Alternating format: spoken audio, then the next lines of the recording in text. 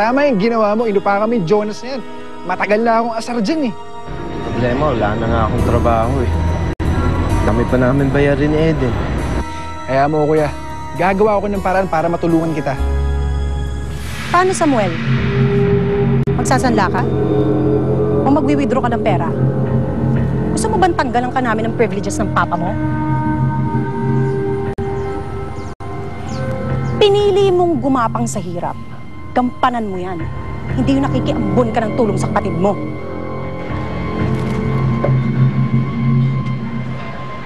Hindi ko kailangan tulong niyo, ma. Hindi ko kailangan tulong ni Sam. Oh, really? Bakit ba kasi hindi mo na lang tanggapin na hindi mo kaya? Na hindi mo kayang tumayo sa sarili mong paa. At lalong hindi mo kayang buhayin yung babaeng yan.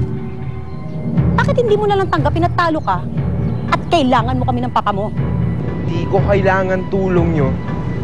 Kaya ko buhayin si Eden ng mag-isa.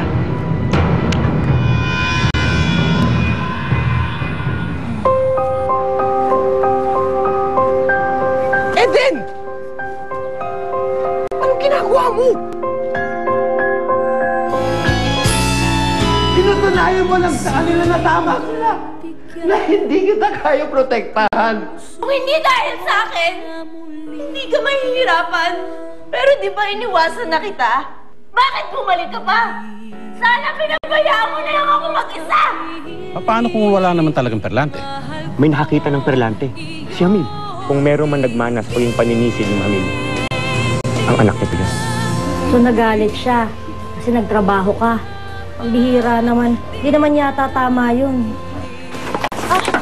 Ang tanga-tanga mo naman eh! Huwag ka mag-alala. Mag-iipon ako.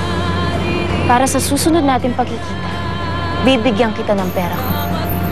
Para makabili ka ng magandang asal at respeto sa kapwa na hindi kaya bilhin ng pera mo. Junali ka na.